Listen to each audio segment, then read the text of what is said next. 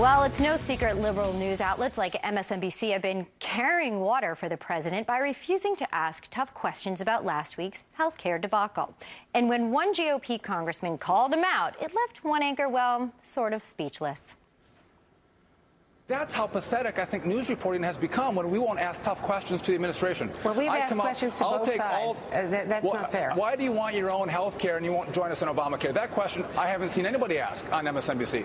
Please ask it, because they don't have a good answer for it. They have their own gold-plated health care plan that they're in, and they don't. No, I'm not. I'm in Obamacare. I'm in Obamacare, Andrea. All members of Congress are in my family. The president should join us in Obamacare and the rest of America. Is that pretty reasonable? We should all be treated equally under the law? Why should members of Congress be in Obamacare, not the president? Explain that one.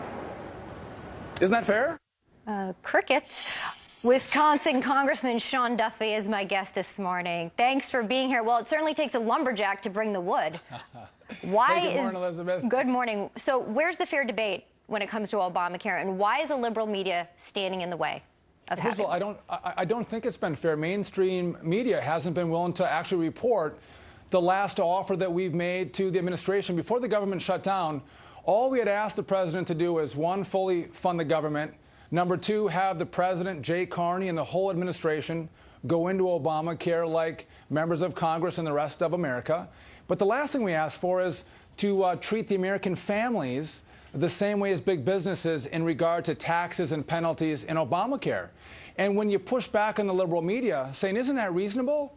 They don't have an answer for it. Elizabeth, I don't know if you know, Jon Stewart at Comedy Central was the first one to ask not even a tough question, a question to the administration about why they won't join us in some reasonable proposals. And Kathleen Sebelius, the Secretary of Health and Human Services, couldn't answer their question. They're just not used to getting asked any tough questions in regard to this current debate on the shutdown. Right. No, certainly not. And on Tuesday, there was an hour-long conference where the president spoke and answered questions, but none from TV reporters, and no questions were asked about Obamacare. What are your thoughts on that? Well, I think the president is taking softball questions. I mean, you look at the Huffington Post asking easy questions to the president. He doesn't want to be asked the hard questions like, why won't you join Obamacare? Why isn't your wife at the computer signing up like other families and other Americans trying to get onto the website?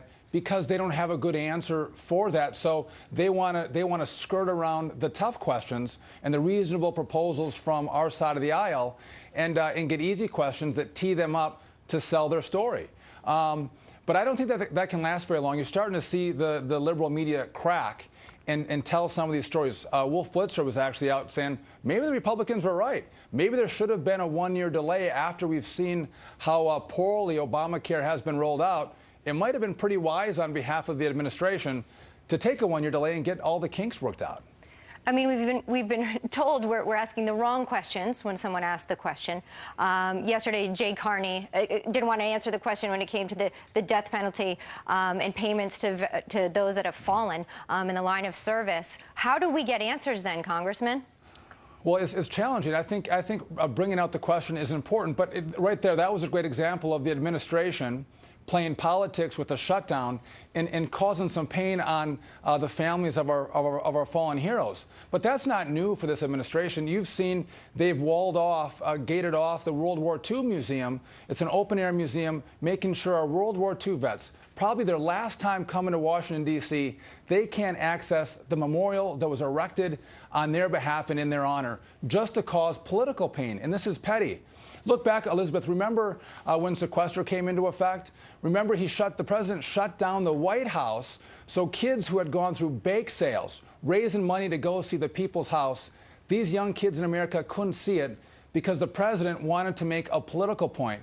And I think that's what's so sad about petty politics and trying to inflict pain on Americans that should be left out of this debate and can be left out of the debate. The president's trying to use them as pawns to make points. Congressman Sean Duffy. I call you Tuffy Duffy, by the way. We thank you for being with us and keeping